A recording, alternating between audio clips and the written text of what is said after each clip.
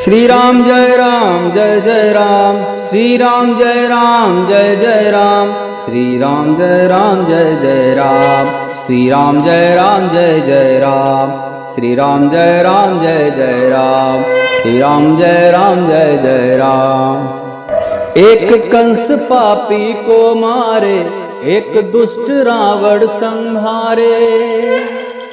एक कंस पापी को मारे, एक दुष्ट रावण संहारे।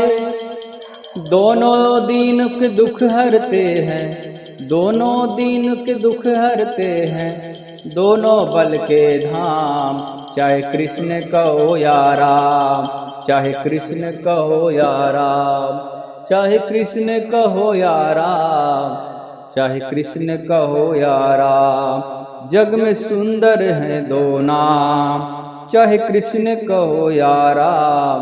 बोलो राम राम राम, बोलो श्याम श्याम श्याम, बोलो राम राम राम, बोलो श्याम श्याम श्याम। माखन ब्रज में एक चुराए, एक बेर भिलनी के खाए।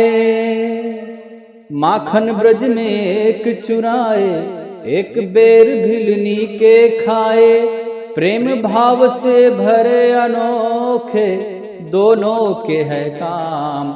चाहे कृष्ण कहो या राम, चाहे कृष्ण कहो या राम, चाहे कृष्ण कहो या राम, चाहे कृष्ण कहो या राम, चाहे कृष्ण कहो या राम, चाहे कृष्ण कहो या राम। भरत जी श्री रामचंद्र जी को मनाने जा रहे हैं, उनको उनके दर्शन के लिए जा रहे हैं और यह भी कोशिश करने जा रहे हैं कि किसी प्रकार से राम लक्ष्मण और माता सीता फिर से अयोध्या में आ जाएं तो बहुत ही अच्छा है। लेकिन उनका प्रेम, रास्ते में उनका प्रेम देख करके इतने अश्रु और एक एक रास्ता देख रहे हैं। भरत जी इस मार्ग से श्री रामचंद्र जी गए थे, उनके दर्शन कितने जीवों ने किया, कितने जानवरों ने किया, वो सब परम आनंद के पात्र हैं, बहुत ही बड़े भागी हैं। और उनका भाव देख करके इंद्र जी को बहुत ही सोच हो गया, बहुत टेंशन में आ गए। अरे इस तरीके से भाव, भगवान जो है भक्त वत्सल हैं और उनका इस तरीके से भरत का प्रेम देख लिए तो कहीं वो सचमुच ना वन त्याग करके अयोध्या में आ जाए, तब तो सारा किया कराया व्यर्थ हो जाएगा। और जो हमारा विधि का विधान है, राक्षसों का वध, अधर्म का नाश, वो कार्य रह जाएगा। तो कुछ इस प्रकार से किया जाए कि भारत और राम का मिलन हो ही ना। नहीं तो राम तो भक्त वत्सल हैं और भारत जो है प्रेम के सागर हैं, तो वो तो निश्चय ही अपने प्रेम रूपी सागर में राम को डुबो ही लेंगे। तो ये तो बहुत ही बड़ी समस्या हो जाएगी। देवराज इंद्र बहुत ही सोच में पड़ गए। भारत राम प्रिय पुण्य लघु भ्राता, कस न होय मग मंगल दाता। फिर श्री रामचंद्र जी और ये भरत का जो प्रेम है, यह देख करके देख ही प्रभाव सुरेशं सोचू, हाँ सुरेशं सोचू, इंद्रदेव जी सोचने लगे जग भल भलो पोच कहूं पोचू। यह जो है मिलान प्रेम व श्री रामचंद्र जी लौट न जाए, या मिलान ना हो तो अच्छा है, नहीं तो लौट जाएंगे तो बहुत बड़ी समस्या हो जाएगी। श्री रामचंद्र जी संकोची है, वो प्रेम के वशीभूत हैं। राम संकोची प्रेम बस, भरत सप्रेम पयोधि। भरत जी प्रेम के समुद्र हैं। बनी बनाई बात जो है बिगड़ना जाए, बिगड़ना चाहती है, इसलिए कुछ ऐसा छल किया जाए जिससे भारत जी राम से मिले ही नहीं। तो इंद्र जी अपने गुरु बृहस्पति जी से कह रहे हैं गुरुदेव कुछ किया जाए, नहीं तो बहुत बड़ी समस्या होने वाली है। तो इंद्र के वचन सुन करके गुरुदेव बृहस्पति जी मुस्कुरा रहे हैं और उनको कहते हैं हे देवराज, माया के स्वामी, माया के स्वामी संपूर्ण आधिपति जो है श्री रामचंद्र जी के सेवक के साथ कोई माया करता है तो वह उल्टा उनके ही ऊपर आ जाता है। भरत जी रामचंद्र जी के सेवक हैं और उनके ऊपर अगर कोई माया करोगे तो वह माया उल्टा तुम्हारे ही ऊपर आने वाली है, क्योंकि श्री रामचंद्र जी परम परमात्मा संपूर्ण माया के एकमात्र स्वामी हैं। उनके भक्त के ऊपर कुछ समस्या आया तो निश्चय ही उसका 2 गुना 3 गुना तुम्हारे ऊपर आने वाला है। तो ऐसा कुछ भी कदम मत उठाओ। गुरुदेव बृहस्पति ने इंद्र को रोक दिया। श्री रामचंद्र जी देवताओं का सम्मान और पूजन अर्चन कर करके बैठे हुए थे, उत्तर दिशा की ओर देखने लगे। आकाश में इतनी धूल क्यों उड़ रही है? बहुत से पंछी और पशु जो है व्याकुल होकर के भाग क्यों रहे हैं? कुछ तो समस्या है उत्तर दिशा में। प्रभु श्री रामचंद्र जी देख करके उठ गए। पहले बैठे थे, उठ गए और सोचने लगे कि क्या कारण हो सकता है, इतना आश्चर्यजनक बात कैसे हो रही है, इतना शोरगुल कैसे हो रहा है, धूल मिट्टी क्यों उड़ रहा है। तो सुंदर सुमंगल वचन जो है सुनते ही कुछ आवाज सुनाई दिया। श्री रामचंद्र जी को आनंद हुआ। कुछ सुनत सुमंगल बैन मन प्रमोद तन पुलक भर। कुछ ऐसा वचन सुनाई दिया कि जिससे रामचंद्र जी को आनंद हुआ, शरीर पुलकित हो गया। सीतापति श्री रामचंद्र जी पुनः सोच में पड़ गए कि भरत के आने का क्या कारण है। देखे भरत जी आ रहे हैं। फिर एक ने आकर ऐसा कहा कि उनके साथ में बहुत भारी चतुरंगिनी सेना है। भरत जी तो आ रहे हैं लेकिन सेना के साथ आ रहे हैं। यह सुनकर श्री रामचंद्र जी को अत्यंत सोच हुआ। इधर तो पिता के वचन, उधर भाई भरत का संकोच। भरत के स्वभाव को मन में समझकर तो प्रभु रामचंद्र जी चित्त को ठहराने के लिए कोई स्थान ही नहीं पा रहे कि यह क्या है। यह सब जान करके समाधान हो गया कि भरत साधु और सयाने हैं। एक बार तो चिंतित हुए, फिर बाद में समझ गए भरत जो है साधु है, सज्जन है, सयाने है, धर्म मर्मज्ञ है, धर्म ध्वजा है, ठीक है, तथा मेरे कहने में आज्ञाकारी है, मेरा सेवक है, मेरा आज्ञाकारी है। लक्ष्मण जी ने देखा कि प्रभु रामचंद्र जी के हृदय में चिंता है, इतनी सेना है, क्या बात हो सकता है। तो समय के अनुसार अपना नीति युक्त विचार कहने लगे। हे स्वामी, आपके बिना ही पूछे मैं कुछ कहता हूँ, बिन पूछे कछ कहाँ गोसाई, सेवक समय न ढीठ ढिठाई। सेवक समय पर ढिठाई करने में ढीठ नहीं समझा जाता। आप सर्वज्ञों में शिरोमणि हैं, मैं सेवक तो आपकी समझ की बात कहता हूँ। हे नाथ, आप परम सुहृद सरल हृदय वाले हैं, शील है, ठीक है, परंतु मूढ़ विषय जीव प्रभुता पाकर मोहवश अपने असली स्वरूप को प्रकट कर लेता है।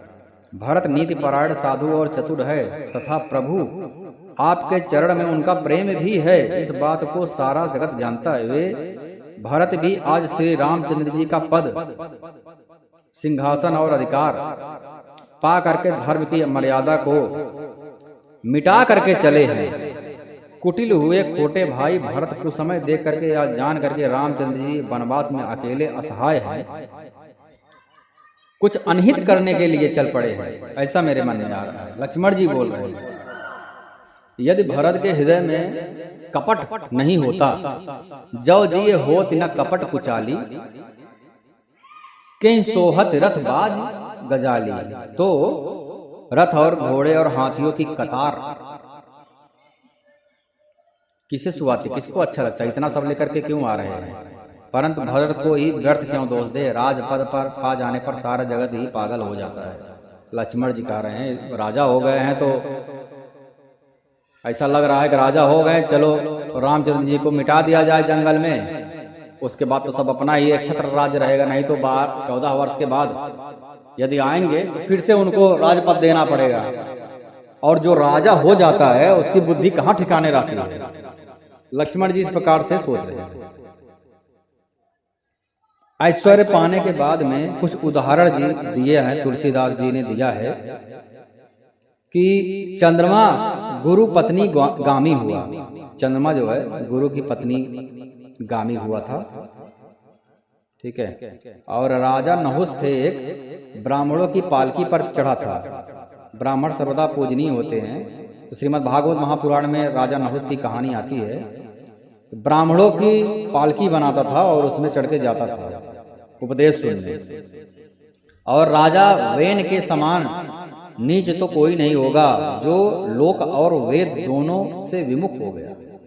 सहस्त्रबाहु देवराज इंद्र और त्रिशंकु आदि किसको राजमद ने कलंक नहीं किया है। भरत ने यह उपाय उचित ही किया, क्योंकि शत्रु और ऋण को भी जरा भी शेष नहीं रखना चाहिए। भरत ने एक बात अच्छी नहीं की, जो रामचंद्र जी को असहाय जान करके उनका निरादर किया है। पर आज संग्राम में श्री रामचंद्र जी का क्रोधपूर्ण मुख देख करके यह बात भी उनकी समझ में विशेष रूप से आ जाएगी। इतना कहते हैं लक्ष्मण जी नीति रस भूल गए और युद्ध रस रूपी वृक्ष पुलकावली के बहाने फूल उठा लिए। वे श्री रामचंद्र जी के चरणों की वंदना करके चरण रथ को सिर पर रख करके सच्चा और स्वाभाविक बल कहते हैं जिसे बोले, अपने बल से बोले, हे नाथ मेरा कहना अनुचित न मानिएगा। भरत ने हमें कम नहीं प्रचारा है, आखिर कहाँ तक कहा जाए, मन मारे रहा जाए। जब स्वामी हमारे साथ है तो धनुष हमारे हाथ में है। क्षत्रिय जाति रघुकुल में जन्म और फिर मैं रामचंद्र जी का अनुगामी सेवक हूँ, यह जगत जानता है। धूल के समान नीच कौन है, परंतु वह भी लात मारे पर सिर चढ़ जाती है। वाह, धूल नीच होता है लेकिन पैर से मारने पर सिर पर आ जाता है। यो कहकर लक्ष्मण जी ने उठकर हाथ जोड़कर आज्ञा मांगी, मानो वीर रस सोते से जाग गया। सिर पर जटा बांधकर कमर में तरकस कस लिया, धनुष को सच करके बाण को हाथ में लेकर के कहा, आज मैं श्री रामचंद्र जी का सेवक होने का यश लूंगा। आज राम सेवक जस लेव, भरत ही समर सिखावन देव। भरत को संग्राम की शिक्षा दूंगा।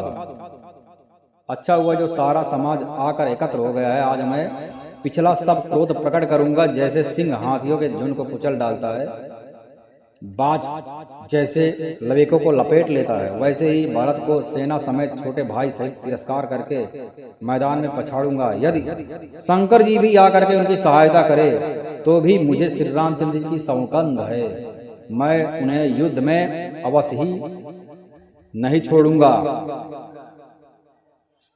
लक्ष्मण जी के क्रोध को देख करके लगता है सब कुछ गड़बड़ होने वाला है। जो भी नीति बनाई गई है, जो सृष्टि का विधान है, उसमें लगता है कुछ हस्तक्षेप होने वाला है। तो आकाशवाणी स्वयं प्रकट हुई, जग भय मगन गगन भय बानी, लखन बाहुबल विपुल बखानी। आकाशवाणी ने लखन की प्रशंसा की, बाहुबल की प्रशंसा की। तब लक्ष्मण के अपार बाहुबल की प्रशंसा करते हुए आकाशवाणी हुई, हे तात तुम्हारे प्रताप और प्रभाव को कौन कह सकता है, कौन जान सकता है। परंतु कोई भी काम हो उसे अनुचित उचित खूब समझ बूझ कर किया जाए तो सब कोई अच्छा कहते हैं। अनुचित उचित काज किछ होई, समुझ करिए भल का सब कोई। पहले उचित है कि अनुचित है इसका विचार करना आवश्यक है, उसके बाद ही कुछ कार्य किया जाए, वह कार्य प्रशंसनीय होता है। यदि बिना उचित अनुचित का ध्यान किए हुए क्रोध के बस में होकर के काम किया जाए तो कभी कभी कार्य संपन्न होने के बाद में पछतावा होता है कि अनुचित कार्य हो गया, और कार्य होने के बाद में उसको फिर से वापस ठीक नहीं किया जा सकता। वेद और विद्वान कहते हैं कि जो बिना विचारे जल्दी में किसी काम को करते हैं पीछे पछताते हैं। सासा करी पाछे पछताई, जल्दी से कर लेते हैं परंतु बाद में पछताते हैं। वे लोग बुद्धिमान नहीं कहे जाते। वेदवाणी सुन करके लक्ष्मण जी सकुचा गए।